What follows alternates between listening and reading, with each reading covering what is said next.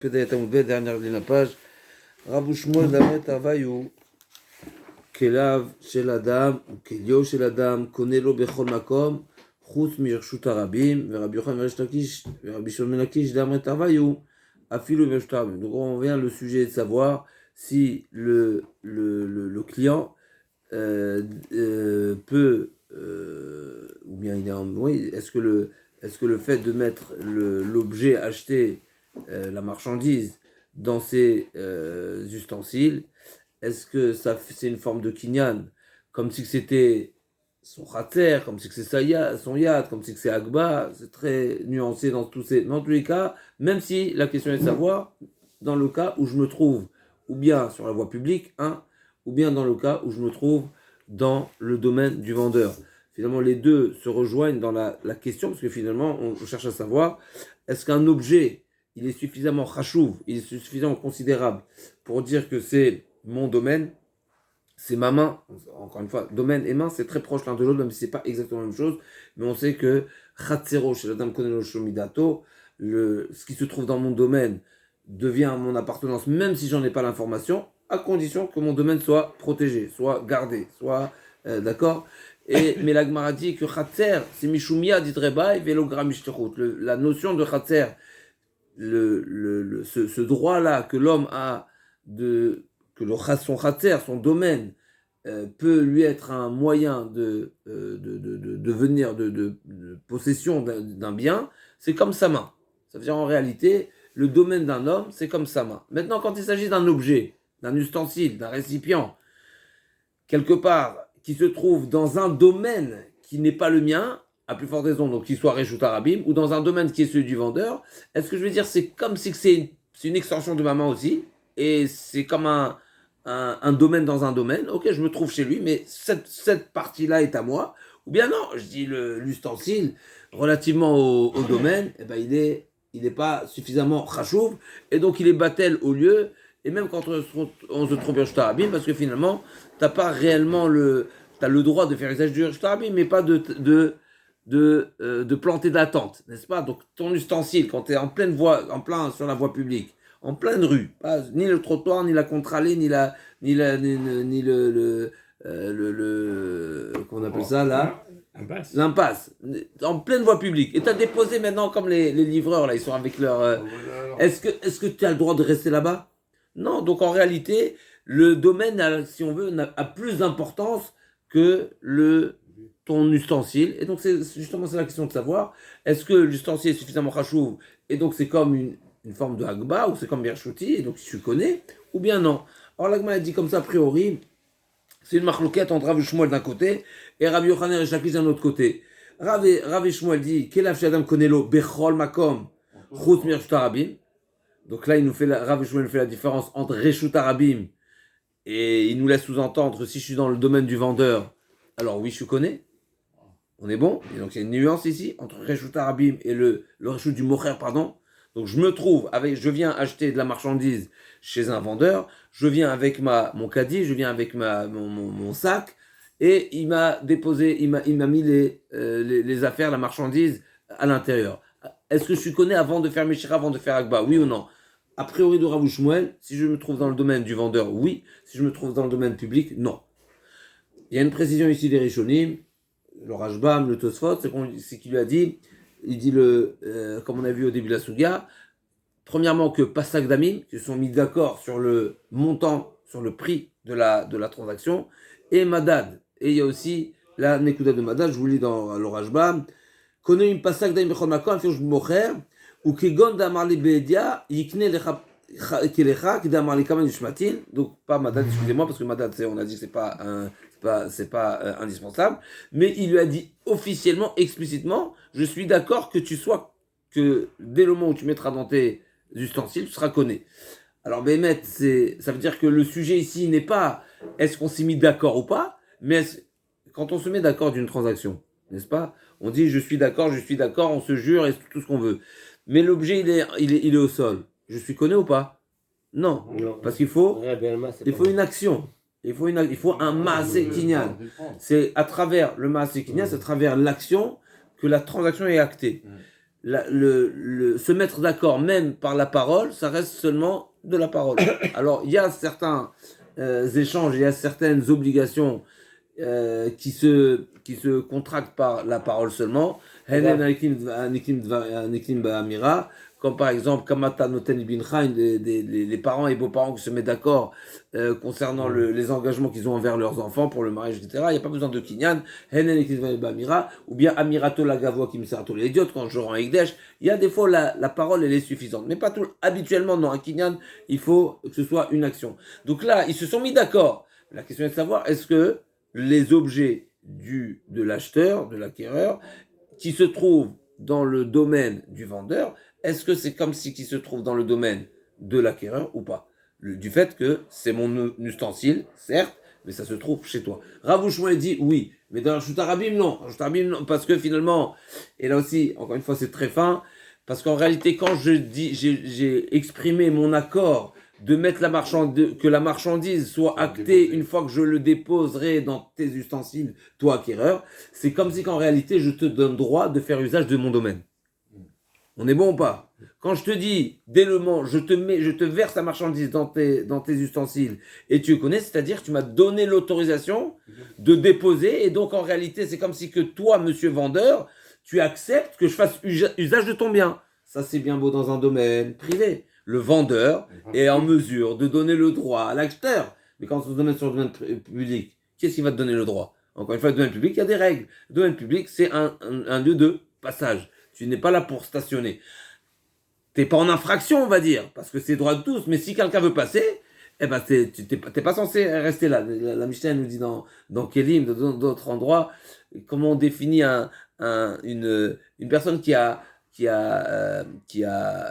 changé de quelqu'un qui a pris un objet et qui s'assoit dessus. Est-ce que ça devient une chaise ou ça reste un objet? Donc il y aurait des questions de ilchot tuma vetahara, puisqu'un objet il peut atteindre un certain niveau d'impureté, alors qu'un mishkav ou moshav, du zav, etc., c'est une chose, un objet qui est fait pour s'asseoir dessus, il peut avoir d'autres niveaux d'impureté. Alors la Mishnah avait dit, si on lui dit lève-toi, on a besoin de cet objet-là, n'est-ce pas? Eh ben ça veut dire que c'est pas fait pour s'asseoir, n'est-ce pas? Si on lui dit lève-toi d'ici, quelque part là aussi, le Reshut Harabim, le domaine public, si tu t'arrêtes et tu fais tes affaires là, on lui dit mais fais pas ta popote ici. Comme ça ils disaient moi quand on était enfant, ok. Donc il dit c'est pas un endroit pour stationner, c'est un endroit de passage. Donc il y a une différence. Rav Shmuel dit les ustensiles de l'acquéreur qui se trouvent dans le domaine du vendeur, si le vendeur lui a dit je suis d'accord que la transaction soit actée dès le moment où je vais verser la marchandise dans tes ustensiles, alors c'est valable parce que il lui donne droit de faire usage de son domaine. Donc il n'y a pas, on va dire, il n'y a pas le domaine qui est une opposition à l'usage du domaine. Donc en général, mon ustensile, il n'est pas suffisamment important pour être considéré mon domaine quand je le trouve chez toi, parce que ton domaine, si on veut, il s'oppose au mien. Parce que je suis chez toi, c'est moi l'invité. Mais une fois que tu m'as donné droit de faire usage, eh ben il n'y a pas d'obligation. Par contre, sur la voie publique, non. Donc ça, c'est Rav Shmuel. Donc la voie publique, non. Rav Shmuel dit la voie publique, non. Et Rabbi Yochanan Reshaki dit quoi? Même la voie publique. D'un mois, t'as vu à Filou Beshtarabim. Et donc, a priori, on a une marloquette ici, entre d'un côté Rabbi Shmuel et Rabbi Yochanan. Le point de discussion n'est pas dans le domaine privé, dans le domaine du vendeur, mais dans le domaine public. Rav Papa dit non, c'est pas une marloquette. En réalité, tout le monde est d'accord. Et quand Rabbi Yochanan et Reshaki ont dit que dans le domaine public, c'est valable, on ne parle pas de domaine public proprement dit, qui est la voie publique, qui est de passage, mais c'est simta, c'est l'impasse ou la contralia. Mais on ne veut pas l'obliger. Kan be'oshtar, bim kan be'simta, Rav Shmuel qui ont dit que Reshut Harabim, non, on parle de la voie publique, vraiment la voie publique. Et Rabbi Yochanan qui a dit oui, Rabbi Yochanan Shakish qui ont dit oui, on parle de simta. Ça s'appelle aussi Reshut Harabim. Tout le monde est d'accord. Tout le monde est d'accord. Il est content de dire. Alors pourquoi Pourquoi Rabbi? Mais c'est bien de connaître aussi les nuances, c'est très important. Ve'ama ikarele Reshut Rabim, l'Agma dit, je comprends pas. Toi, Rabbi Yochanan Shakish, vous savez parler, n'est-ce pas? Donc, s'ils ont dit, c'est une question sur Rapapa. Rapapa, tu me dis, tu sais quoi? Non, Rabbi Yochanan Shakish, quand ils ont dit Reshut Rabim, c'est pas Reshut Rabim. C'est Simta. Alors, pourquoi tu appelles ça Reshut Rabim? Dis-moi Simta. Dis-moi les choses clairement. Non, c'est une manière de dire qu'il n'est pas nécessaire que ce soit un domaine privé. Ve'ama ikarele Reshut Rabim, chez Reshut Rabim, Achel Mistabra. L'Agma va amener un appui à l'interprétation de Rav Papa, à savoir que Rabbi Yochanan n'a pas parlé, et Rish Lakish n'ont pas parlé de Reshut Rabim, mais ont parlé de Simta. Pourquoi? Parce qu'on a un autre enseignement, au nom de Rabbi Yochanan, qui dit que c'est pas valable. Dama Rabbi Yochanan, Dama Rabbi Avo Rabbi Yochanan, Kelav shel Adam konel b'chol makom, sheyesh lo Reshut, le'anicho, yesh lo Reshut, en lo Reshut lo, shmamina, que Reshut Rabim, non. Rabbi Yochanan a dit, les ustensiles d'un acquéreur peuvent faire office de kinyan s'il a le droit de le déposer où il le dépose. Ça veut dire si on lui donne le droit sur le Rabim, en pleine voie publique, personne n'est en mesure de te donner le droit. Tashma, Arba Midot Bamochim, au milieu de la page, Pehe Amoud Aleph. Tashma, Arba Midot Bamochim, donc Arba Midot, ça veut dire qu'il y a 4 situations, il y a 4 halachot qui vont être citées ici concernant une transaction. Atchelent la mida, la mocher, tant que la mida, donc le contenant, n'a pas été encore complètement rempli, eh ben c'est toujours de l'appartenance du vendeur. Donc on s'est mis d'accord sur une certaine quantité. Tant que c'est pas encore rempli, ben ça appartient au mocher. C'est quoi la nafkamina?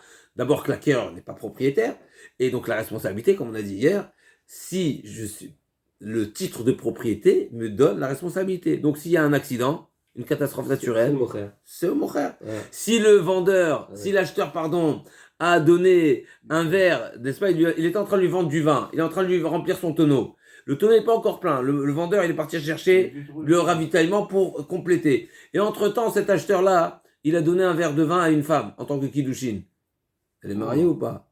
Non, c'est pas à lui le vin. Donc elle n'est pas mariée. D'accord? Donc là, quand on définit la transaction est actée ou pas, il faut savoir que c'est quelque chose de... C'est pas simplement... d'abord, on a dit, est-ce que je peux faire marche arrière?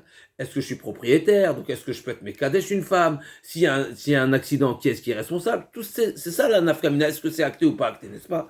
Donc, la Mishnah, la Braïta nous dit, tant que la mida, tant que le récipient, il n'est pas rempli totalement, eh ben, c'est encore de la propriété du vendeur. Nitma la mida, le lokiar. Une fois que c'est plein, eh ben ça y est, le lokiar, il les connaît. Là, on va dire la condition, on va dire le contrat, il a été exécuté. Eh ben il le connaît. Au moment où ça remplit, ça y est, c'est fini. Ça veut dire, bien sûr, encore une fois, on s'est mis d'accord, etc. Bamedvarim amourim, bemida chez ena sheshnen. Dans quel cas on fait cette différence-là, si c'est plein ou pas? Ben, si l'amida, si le réservoir, le récipient, n'appartient à personne. À qui il appartient, c'est une autre question. Mais en tous les cas, il est ni à la. Mais aval, imaïta mida chez la Khadnen, Rishon Kana. Mais dès le moment, d'ici on voit, dès le moment où j'ai commencé déjà, le vendeur a commencé à remplir, chaque goutte, l'acheteur il les connaît. Encore une précision. Bamedvarim amourim, birshut arabim, ou birchatzer shena sheshnem, aval birshut mocher, lokana, tcheak beno shatzin birshuto. Là, on voit explicitement, on revient, le sujet, on a deux précisions qui sont explicites. Donc là, Reshut Rabim, 0. Excusez-moi. Aval Birshut Rabim, oui, c'est valable. Mais Birshut Mocher, Lokana. Donc on voit quelque part une objection à Rav Papa, une objection à Rav Shmuel, qui nous a dit que Birshut Rabim, c'est pas valable. Là, on voit que c'est valable. Et d'autre part, deuxième question, Birshut Mocher, Lokana. Si je me trouve chez le vendeur, Lokana, alors qu'on a dit jusqu'à présent que tout le monde est d'accord a priori que quand je me trouve chez le vendeur, il les connaît. Donc j'ai deux problèmes ici. Pour qu'il soit connu, il faut faire Agba ou Meshicha. Donc, ou soulever, et on a dit que Agba connaît Bechol Makom, parce que Agba c'est dans ma main, et je suis maître de mon corps. En tout cas, mon corps m'appartient, et donc je peux faire Kinyan même si je me trouve chez toi. Par contre, quand je fais Meshicha, il faut sortir de chez le vendeur. Birshut lokeach, kevan shekibel al mocher, kana lokeach, et si je me trouve dans le domaine de l'acheteur, dès le moment où le mocher il a accepté, le lokeach il est connaît. Birshut.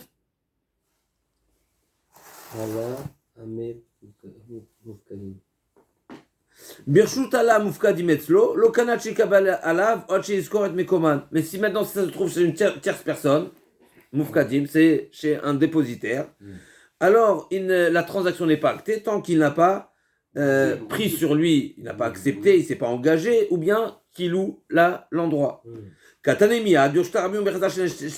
Encore une fois, on a une preuve ici, c'est marqué Birshut Arabim.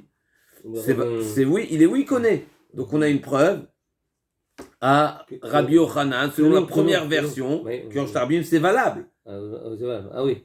C'est valable. Pourquoi c'est valable? Parce que non, il faut qu'il demande, il cloue le reshoot au non, c'est marqué Birshut Arabim, oui. C'est marqué Bamedvarim Amorim Birshut Arabim.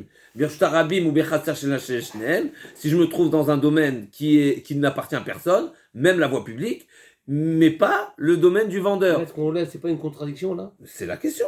Donc, je vois que Birshut Arabim, c'est la question. On voit que Birshut Arabim, c'est valable. C'est valable. Et donc, c'est en opposition. On vient de dire que non, juste avant. Exactement. L'Agma répond aussi à nouveau. Maïla Birshut Arabim, Mamash lo Simta, l'Agma répond à nouveau. On parle de Simta, on parle de Birshut Arabim. Ava Adumia de Chatzer Shel Shneem Katane. L'Agma dit, mais tu veux pas dire Simta, parce qu'a priori, c'est marqué un domaine qui n'appartient à personne. Et là, il fallait dire au contraire, ça appartient aux deux. L'Agma dit, Nami de lo de haïkula, ve lo de haïkula, et les de tarvayou. Il y a une différence, parce que c'est une formulation, une expression qu'on a déjà trouvée ailleurs. Il y a un terrain qui appartient à personne, qui appartient ni à moi ni à toi, ça veut dire qu'on le trouve chez quelqu'un d'autre. Et il y a un terrain qui appartient à nous deux. Alors, ou bien on est des associés, ou bien on est tous les deux en droit d'usage. Habituellement, une simta, c'est ni à moi personnellement, ni à toi personnellement, mais c'est à nous deux. Puisque Chachamim ont donné le droit de réaliser dans cette simta-là des transactions. Et ça veut dire que c'est à l'usage et aussi bien à mon avantage que à ton avantage. Voilà. Et donc c'est considéré à nous deux. C'est pas un domaine qui ne nous appartient pas à nous deux. Au contraire, ça nous appartient à nous deux. Donc moi dit effectivement, ça veut dire quoi que ça appartient pas à nous deux? Ça veut dire que personne n'est totalement propriétaire. Et ça veut dire qu'on est associé, on a un droit d'usage en commun. Là, on revient maintenant, donc ça, essentiellement, on a traité le sujet de Reshut Arabim, même si était sous-entendu aussi le Reshut Mocher, et on a vu dans la Braïta aussi Reshut Mocher, mais là on revient explicitement, qu'est-ce qui se passe quand on se trouve dans le domaine du vendeur. Donc, Rav Sheshet Meravuna, Kelav Shel Lokeach Bershut Mocher, Kana Lokeach, Olo, Amaritani-toi. On a une Mishnah qui nous dit explicitement que les objets d'un zoré, donc d'un acquéreur, là on va parler en l'occurrence de la femme, même si elle se trouve chez son mari, eh ben c'est valable, c'est de considérer un kinyan. Alors c'est un sujet très fin, ça aussi à nouveau, parce que là on va parler de get, et dans get, il y a Chazak, il a jeté, mais il a jeté où? Pour que le get soit get. Ouais. Vous donnez la main propre. Ça, c'est l'idéal. Chazak ou Baruch. Voilà. Et si on parle de la. C'est juste. Maintenant, si la femme se trouve chez le mari, ça va être ça le sujet. Alors, si elle a donné dans la main, encore une fois, la main c'est valable. Mais on a déjà trouvé dans Get, et là, c'est un sujet qui est basé sur un Ksot Arochen, si je ne me trompe pas, mais en tout cas, à partir de la Gemara. Et là, il y a un petit problème avec cette Gemara. Mais je vais vous dire en un mot l'histoire. Dans la Torah, c'est marqué quoi? Vekatavla Sefer Kiritut, Venatan Beada. C'est quoi le sens de Venatan Beada? Est-ce que c'est une transmission? Et c'est une transmission tout simplement, il faut donner. Et quand on parle de transmission encore, là aussi il faut se poser la question, est-ce que c'est de main en main, comme ça rejoint un petit peu le sujet de Messira, ou bien non, pas forcément. Mais c'est quelque chose qui... Donc il y a trois niveaux, on va dire. Ou bien, donner égale, je suis devenu propriétaire du document. Ou bien, donc c'est un type de propriété, il faut un kinyan. Ou bien il faut une transmission, c'est dans ma main, même si j'ai pas été connu, mais il y a eu l'action de donner. Ou bien non, même pas, ni l'un ni l'autre. Ni je dois être propriétaire, ni je dois avoir un titre de propriété sur le document que j'ai reçu, ni avoir reçu concrètement, mais il y a eu l'action de donner du mari. Et je vais donner un exemple. Si le mari a jeté, la femme se trouve sur la voie publique, et il lui a jeté le guet, et le guet a atterri proche d'elle. Ça veut dire quoi proche d'elle? C'est qu'elle a les capacités de le ramasser, de le prendre. Elle n'a pas eu le temps de le prendre. Il s'est brûlé, il s'est envolé, elle est divorcée ou pas? Hein? Si tu dis oui, Il a fait Meod, Rabbi Yochanan Yamar, si je ne me trompe pas, c'est ce qu'on retient là, l'Alacha. Afilou Me'ahama. L'essentiel, c'est qu'il a atterri plus proche de la femme que de l'homme. C'est-à-dire, l'homme, il est à une certaine distance. Ça a dépassé qu'on appelle ça la ligne médiane, n'est-ce pas, la ligne intermédiaire. Et bien sûr, deuxièmement, c'est qu'elle était en mesure, en théorie, de le prendre. Après, elle le prend ou elle le prend pas. Donc le Vénatan de la Torah, c'est ni un kinyan, ni une transmission de main en main, mais c'est simplement avoir la capacité de pouvoir le prendre. Ça, c'est Vénatan Biada. Jusqu'à là, on est d'accord.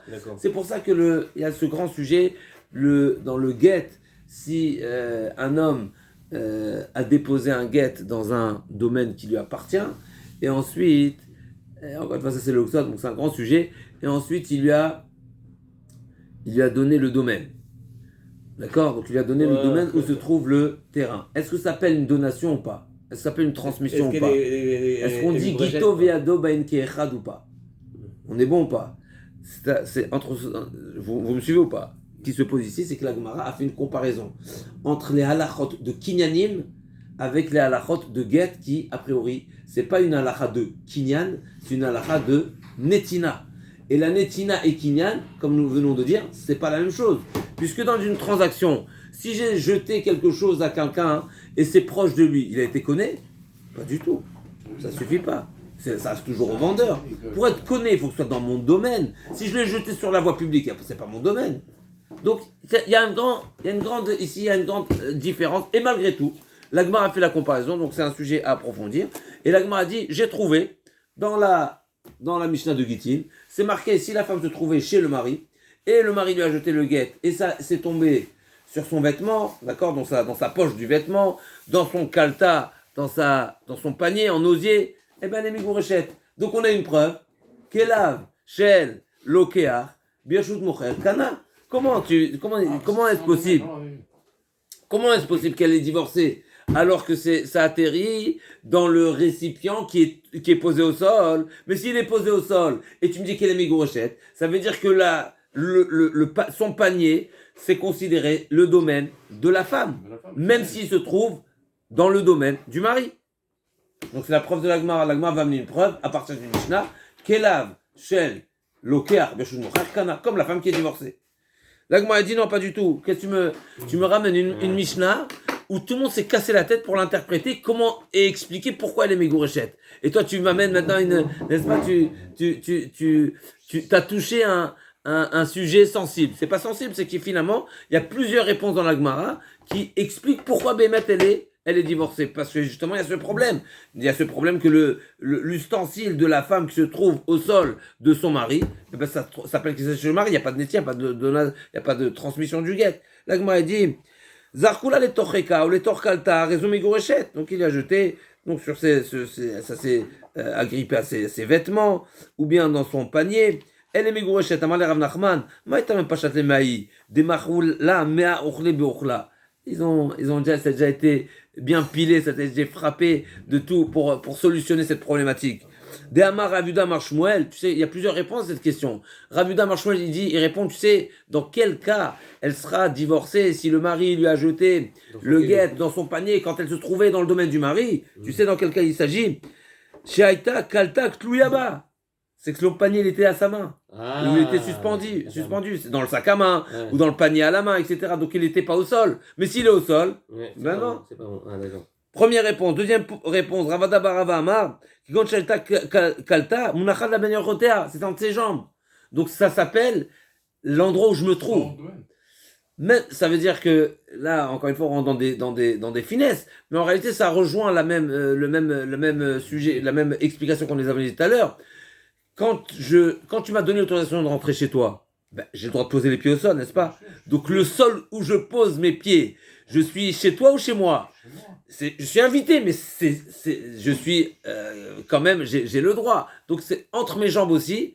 Si j'ai déposé mon tic là-bas, mon cartable ou mon panier en osier de la femme entre mes jambes, eh ben c'est considéré le domaine de la femme aussi. Encore une fois, parce qu'il a donné deuxième réponse. Troisième réponse. Excusez-moi, j'ai sauté une. Première, Ravuda Marshmolamar, Vushaita Katatluya. Donc elle était au bras où il était en bandoulière. Rish Lakish Amar, Kshura Falpishen Atuyaba. D'après Rish Lakish, si j'ai une bandoulière et ça arrive au sol, c'est valable aussi. Si c'est Kashour, si c'était attaché, même si c'est au sol, c'est valable parce que c'est attaché. D'accord? Donc c'est un plus grand ridouche. Ravada Barava Amar, quand j'étais Kaltan Munachab Ben Yochotea, c'était entre les jambes. Rabbi Cherchi Abere de Rava Miamar, quand Shaya Barla Mocher Klatot. C'est que le mari en question, il était un vendeur de paniers, de sacs. Et donc quoi? Il n'est pas makpid. Il n'est pas makpid al-mekoma. Comme ça, il dit Rashba. Mais si tu entends ça annule le guet, là, non? Ça annule non, le guet. C'est le panier. Il a son sac dans sa boutique. C'est le panier de la femme. Oui, mais tu te trouves dans une boutique où on vend des paniers. Et alors c'est une manière de dire que c'est... Il aurait pu le mettre dans son panier, le mari.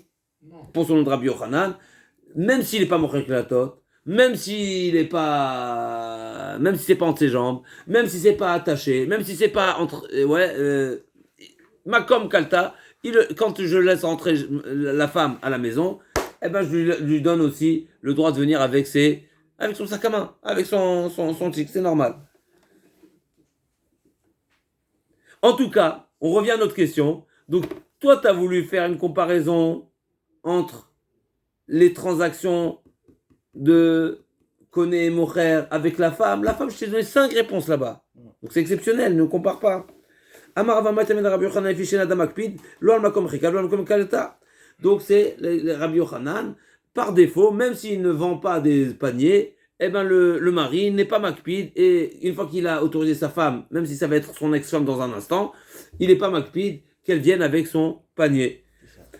La Gemara dit la pshot léa mea. Ok, donc j'ai pas de preuve à partir de Gitin. Donc encore une fois, n'oublions pas, le sujet qu'on cherche à solutionner, c'est de savoir est-ce que l'acheteur qui vient avec son caddie et il se trouve chez le vendeur, est-ce que dès le moment où la marchandise est rentrée dans le caddie, est-ce qu'il devient propriétaire ou pas? C'est la question, d'accord? C'est le sujet. La Gemara dit et la pshot mea. Birshut mocher lokanat she'aik beno she'atze mirshuto. C'est marqué si je me trouve dans le domaine, c'est explicite. Si je me trouve dans le domaine du vendeur, eh ben la transaction n'est actée seulement une fois que je ferai ou hagba ou meshicha. Donc tant que j'ai pas fait l'un des deux, c'est nul. Donc j'en déduis, même si je suis venu avec mon caddie chez le vendeur, la transaction n'est pas actée.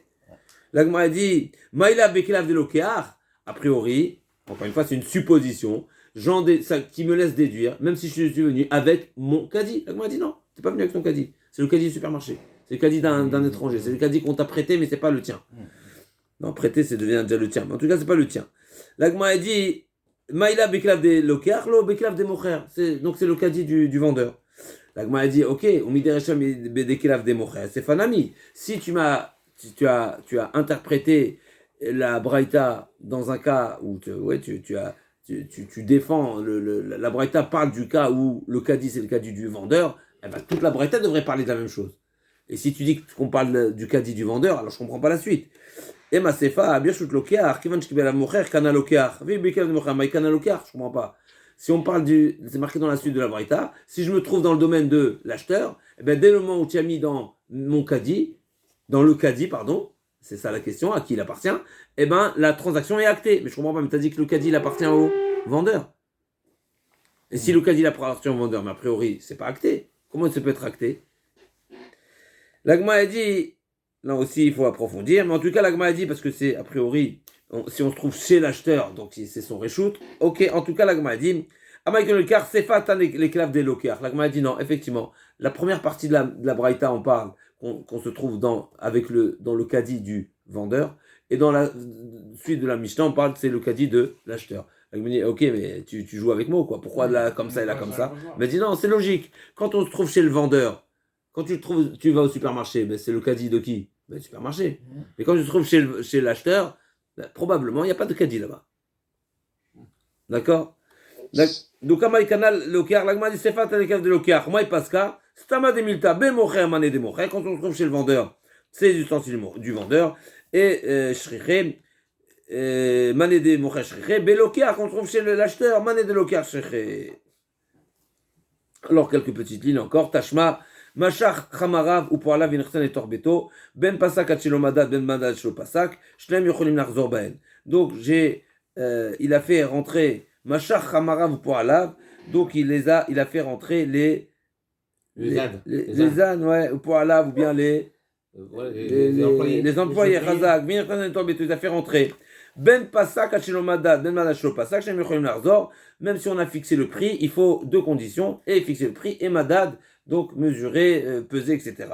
Shem Yocholim Pirkan, par contre, parce que là, ça veut dire qu'ils sont encore chargés. Ça veut dire que les employés viennent avec leurs marchandises, ils n'ont pas encore déchargé. Ou bien l'âne est chargé. Donc ils sont rentrés, même si je les ai fait rentrer chez moi. C'est pas une Meshira, ça se trouve sur le dos du vendeur. Mais Pirkan, si j'ai déchargé, eh ben, Virchnisan et Torbeto, et j'ai fait rentrer chez moi. Passa Kachilo Madad, En Shnem Yechonim Larzo Baen. Achilo Madad, En Shnem Yechonim Larzo Baen. Madad, Achilo Passak, Shnem Yechonim Larzo Baen. Donc l'essentiel, c'est Pasak. Pasak, c'est fixer le prix. Oui, Pasak, c'est tranché. Ou mide kelav de mocher beshul lekeach lokana. Donc, les rois, je déduis ici, des kelav de mocher beshul lekeach lokana. A priori, il y a un parallèle. Et ce que je disais dans la Gemara précédente, qu'a priori, le parallèle, il est à discuter, mais la Gemara ici fait le parallèle. De même que lorsque c'est le vendeur qui est rentré avec sa charge chez l'acheteur, eh ben, on a dit que s'il n'a pas déchargé, il n'est pas connu, même si on s'est mis d'accord. Eh ben, a priori, à l'opposé aussi, les ustensiles de l'acheteur chez le vendeur, il ne sera pas connu. On est bon, a priori, ça va dans les deux sens. Égalité. Keva de lokiach nami, l'agma dit, mi de kelav de mocher, beshut lokiach lokana, kelav de lokiach nami, beshut mocher lokana. Amar nachan bar Yitzchak, beshe shafran. Vous savez, ça veut dire décharger. Ça ne veut pas dire décharger avec l'emballage, mais c'est décharger, c'est que j'ai vidé la charge. Et donc, ça se trouve au sol.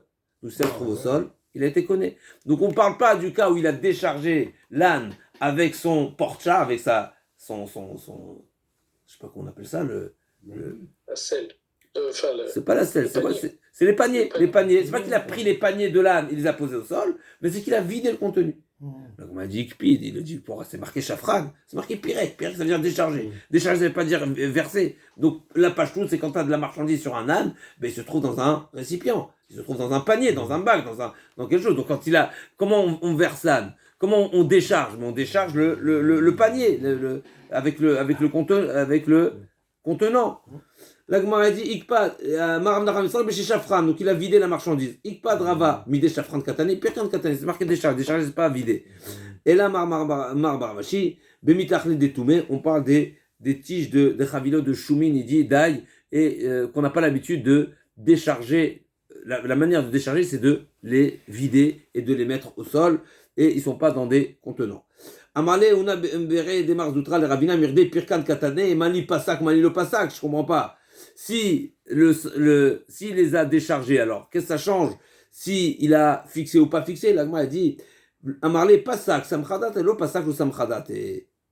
Donc si c'est vrai que Pirkan déchargé, on va dire c'est l'expression essentielle, mais tant qu'on ne s'est pas mis d'accord, même si j'ai déchargé, c'est pas encore suffisant. L'agma a pensé que si j'ai déchargé, c'est la plus grande preuve que tout est acté, on s'est mis d'accord. Non, il faut quand même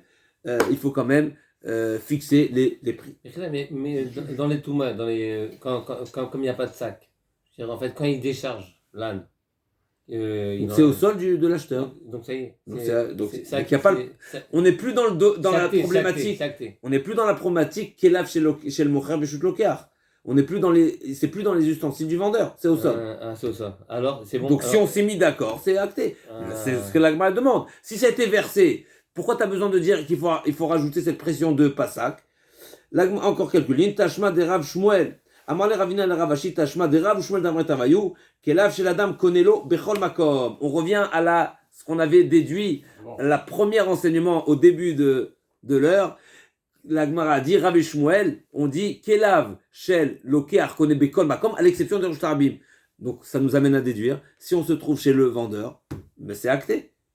Parce qu'on a exclu ça dans le Shtabim. La Gemara Maïlav la Tuash Mocher, Atam, Damarle Zilkane. Là-bas, c'est quand il a dit explicitement je suis d'accord que tu sois connu. Et on revient à ce qu'on a dit précédemment. C'est une manière, quand le vendeur a dit explicitement je suis d'accord que tu sois connu quand je vais te transvider la marchandise dans tes objets, c'est une manière de dire que je te donne droit d'usage et je te donne droit à déposer tes affaires chez moi. Et c'est pour ça qu'il n'y a pas de d'opposition. Et on se rappelle à Tosfot qui nous dit, c'est comme la simta. Si je te donne le droit de déposer et de mettre la marchandise, et je t'ai dit explicitement, dès le moment où je vais mettre la marchandise, tu seras conné, eh ben c'est une manière de dire, je t'ai donné le droit de faire usage du domaine, et donc il n'y a pas de problème.